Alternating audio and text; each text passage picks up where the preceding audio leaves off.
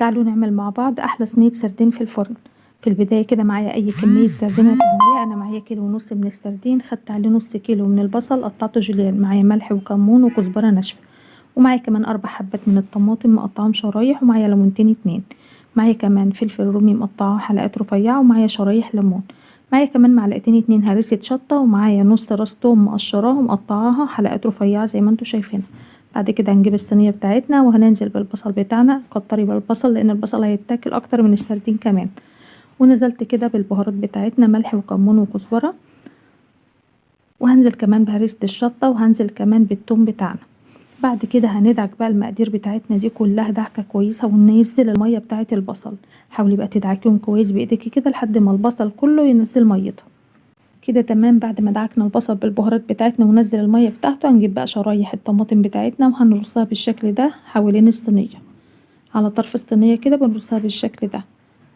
بعد ما رصينا الطماطم بالشكل ده كده، هنجيب بقى السردينه بتاعتنا، طبعا غسلنا غسله كويسه، وهترصيها بقى بالشكل ده كده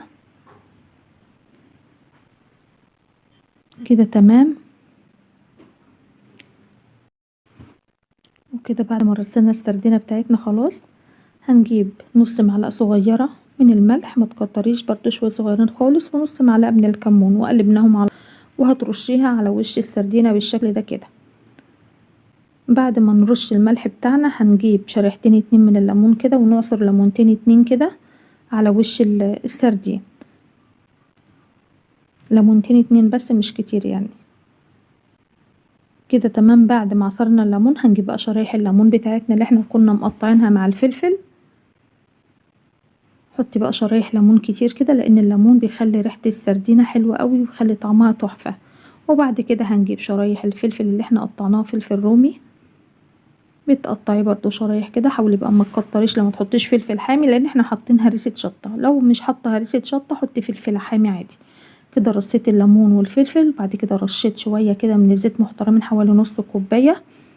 بعد كده هندخلها بقى في الفرن، هتاخد معانا حوالي نص ساعة او ساعة الا ربع حسب الفرن بتاعك. بجد والله تاكلوا احلى صينية سردين. لو عجبتكم الطريقة بقى جربوها، ولو عجبكم الفيديو ما تبخلوش عليا باللايك والاشتراك في القناة وفعلوا زر الجرس على كلمة الكل. واشكركم على المشاهدة، والسلام عليكم ورحمة الله وبركاته. احبكم في الله.